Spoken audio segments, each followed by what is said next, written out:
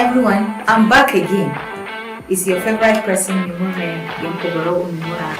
Faith over fear. Hope. So I want. Hi, my viewers. I'm back again to continue to tell you what the Lord has done for me when I got the US visa, right?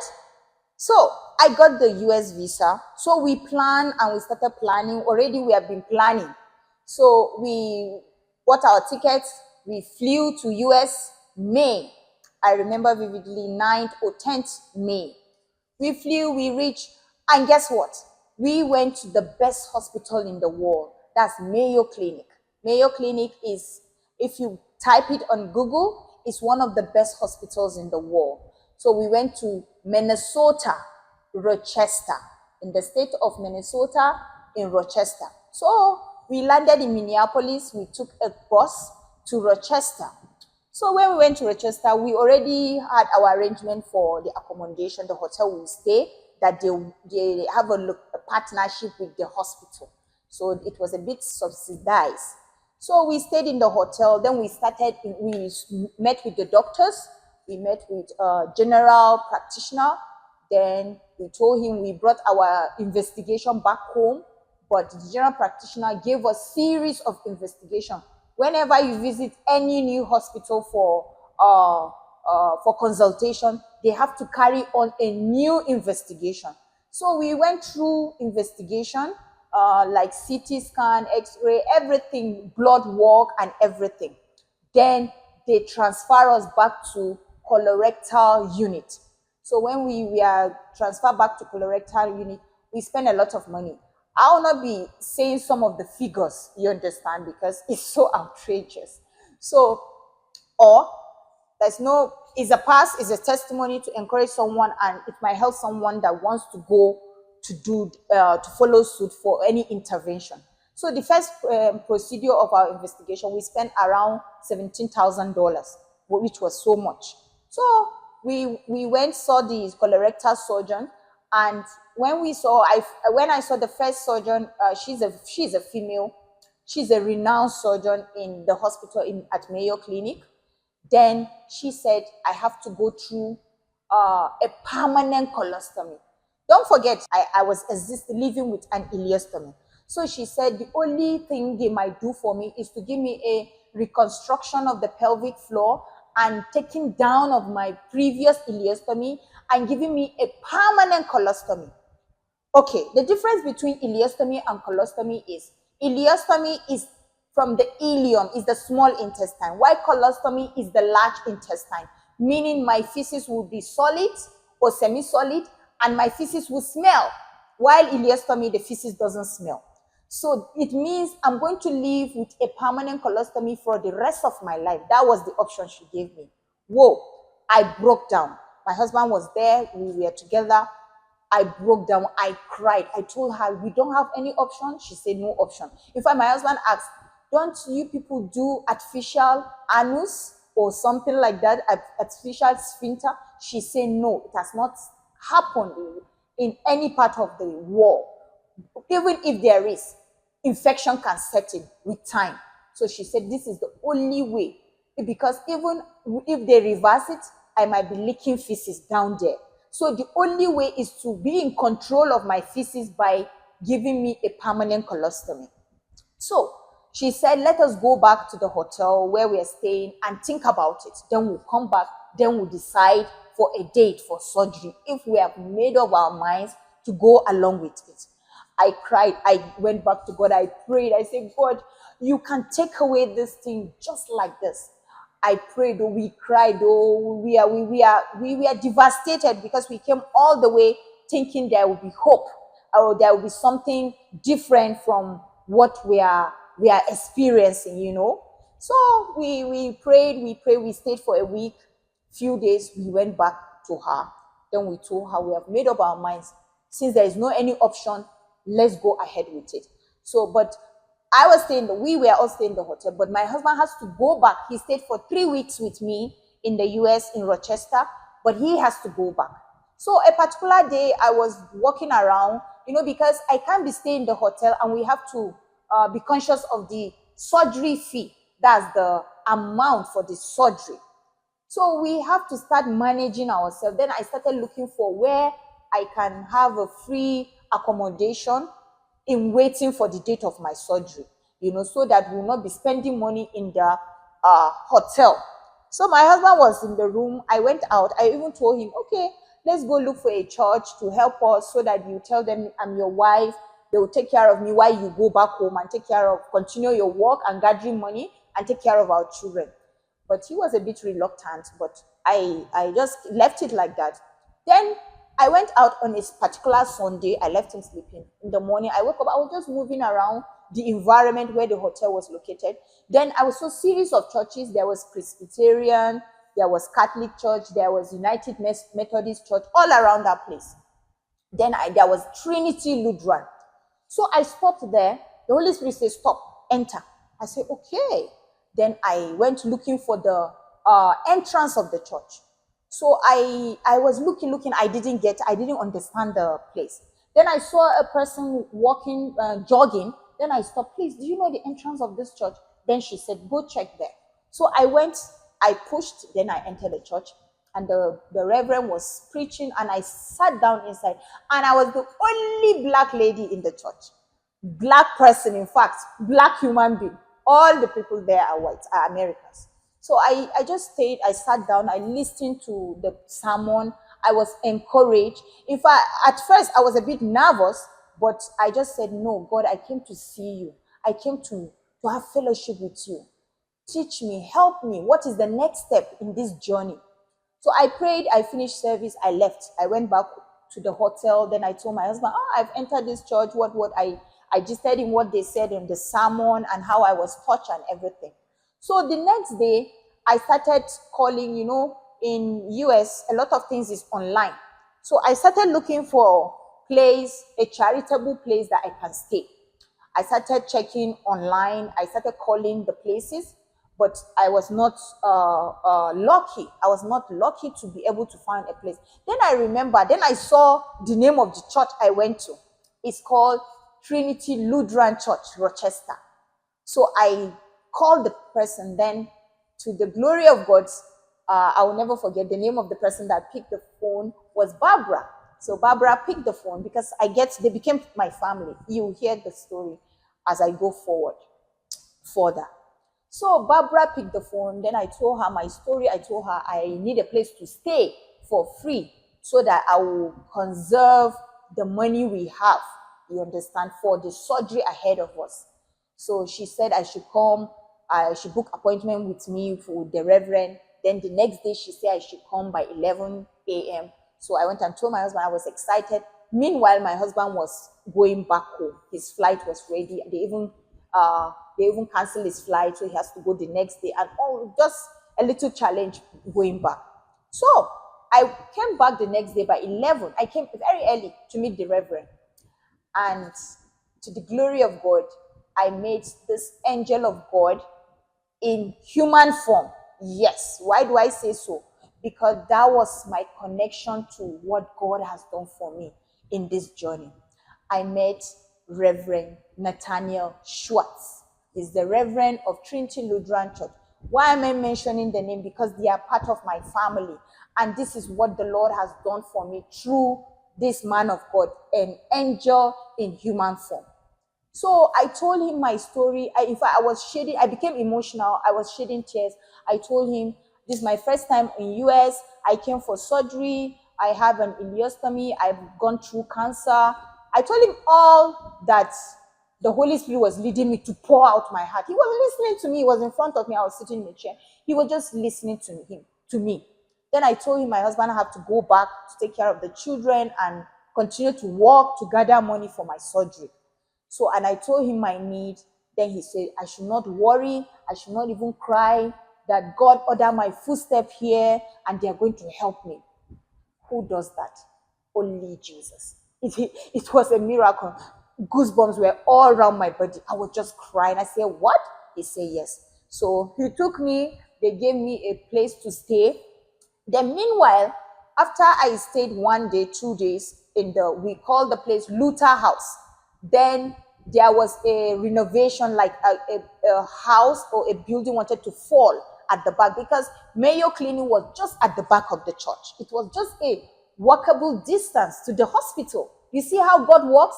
I was staying in Trinity Luther House, and the building wanted to fall. So the pastor had to come and evacuate me and took me to a hotel around in front of the church. Who does that? It is a miracle.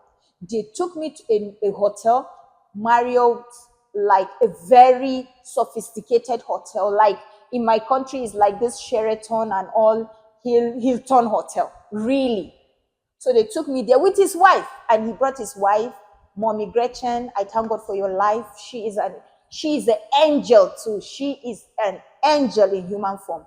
She hugged me. I was just crying because that was the first time to hug a white person. So they took me to the hotel. Then they booked me for 3 days, waiting for the issue of the house that is going to collapse to settle down.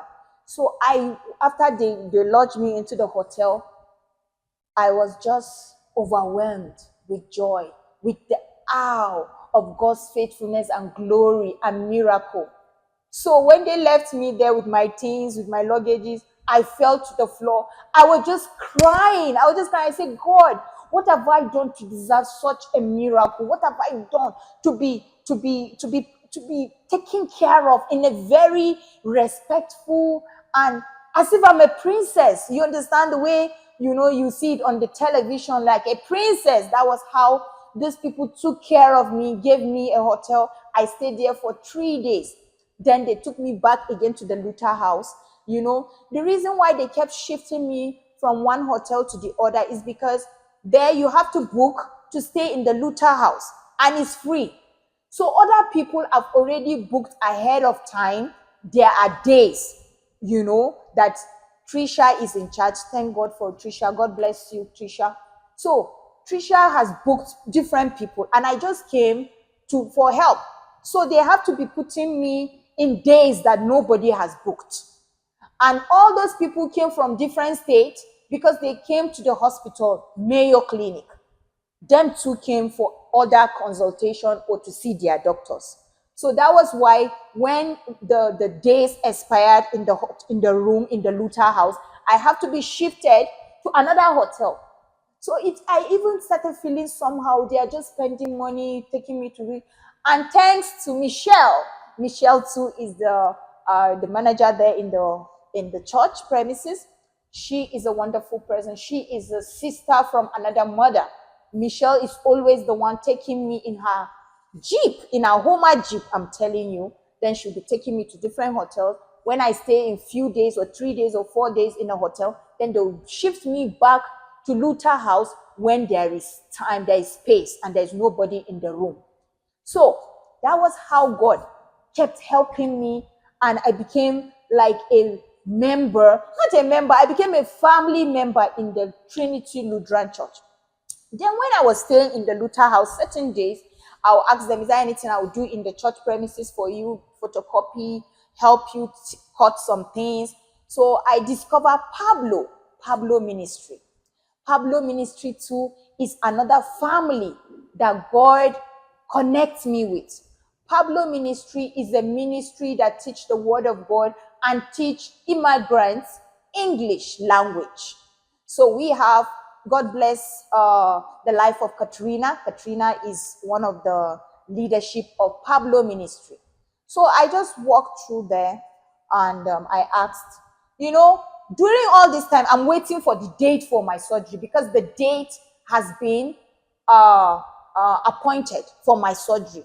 So in doing nothing, just staying around the place, I decided, let me just keep myself busy in the church premises. So I entered Pablo Ministry. They were having a class. I introduced myself. I'm from Nigeria, and I came to learn English. They say, what? English? You're already speaking English. I said, no, I want to learn more of English, and I want to know more of God. Then they say, wow. They welcomed me. I stayed. I had a wonderful time, the first class, and that was how I became a part of Pablo Ministry. And I began to meet the rest of the teachers on different time. And guess what God was doing? Sometimes if I want to go for a different class that is not around the church premises, The teachers will come pick me, or my daddy, I call him daddy, Reverend Schwartz, will pick me and take me to those classes. You see how God does his miracle? I'm telling you this thing is because it gives me joy whenever I'm talking about it.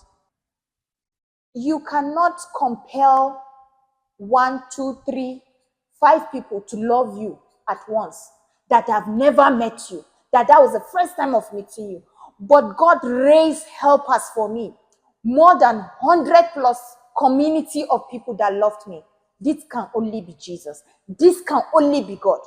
Because I remember before I left for Nigeria to come to go to the US, I usually tell my friends, God is going to raise helpers for me.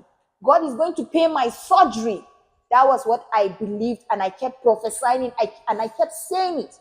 And it really came to pass. God honored his word in my life. God make a name for himself in my life and my journey. So, as I keep telling you, as I continue with my story of what has happened. So I enjoy Pablo ministry. Then there was a time they even organized a program for me to share my story. So I did. A lot of people were shedding tears. The most important thing, after all the program and the testimony, I was telling them about my life, my family, my children back home, and everything. After the program, it became a place of prayer. All the volunteers gathered and they prayed for me because I was anticipating a major surgery. So they prayed, and that's how my story began to spread around the community in US, in Rochester.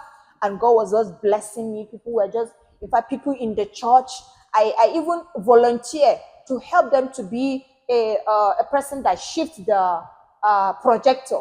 When a service is going on, I volunteer myself. I was shifting the projector when a service is going, maybe a Saturday evening service, or I volunteered in a technical at the back of the church. So I was just involved. I help whatever I can lay my hands to help.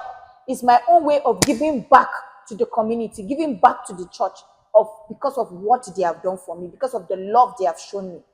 In the process, a family volunteered to take me into their house.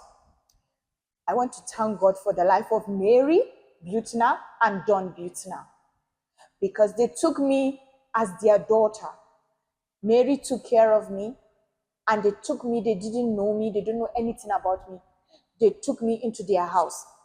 At a time, I stopped staying in Luther House, and I was staying with a family. I stayed there for sometimes 2 weeks, sometimes 1 week. Then after that, I moved into the pastor's house.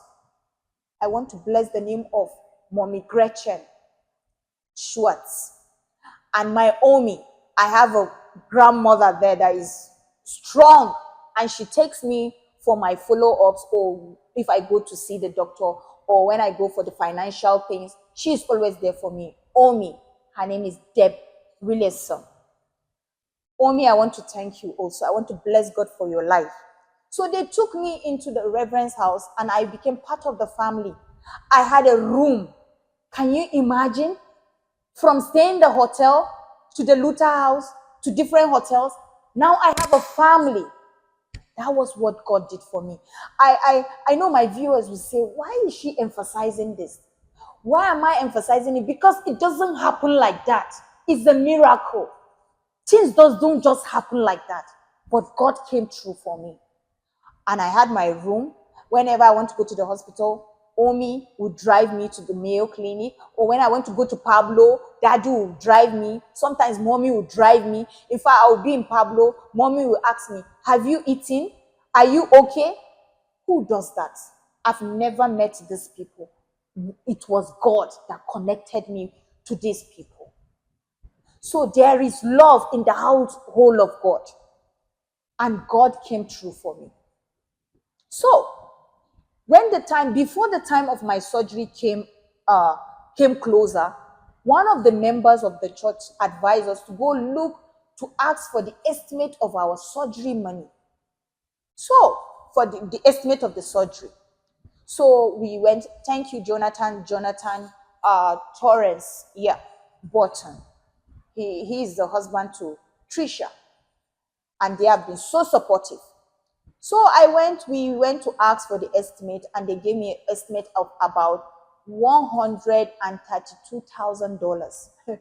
So we thought it's just maybe $30 or $50,000.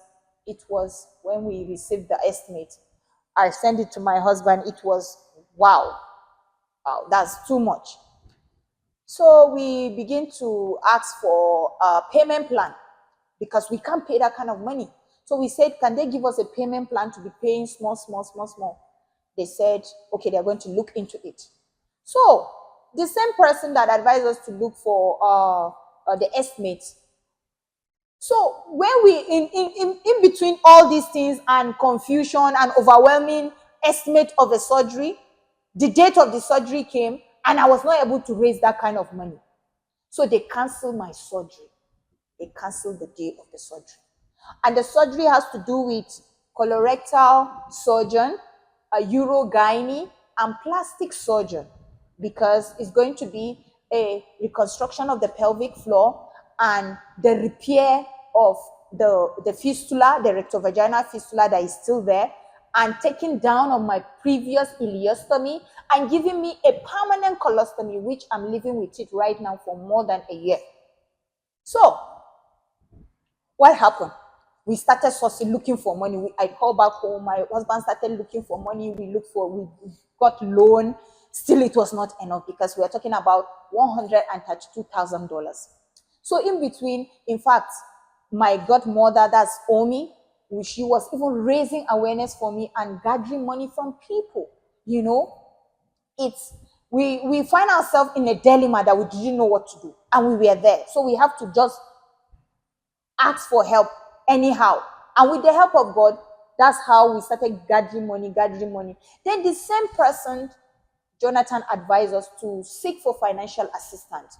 So I really want to appreciate the life of Trinity Lutheran Pablo Ministry and all the support system I had. We had other family members in UK, US, like my cousin in Florida, and a lot of people that have really contributed and supported us in this journey. Some of my friends, my colleague from past in university came through. Some of my cousins that are living there supported me with financial support. We all gathered that, and we have to fix a new date for my surgery.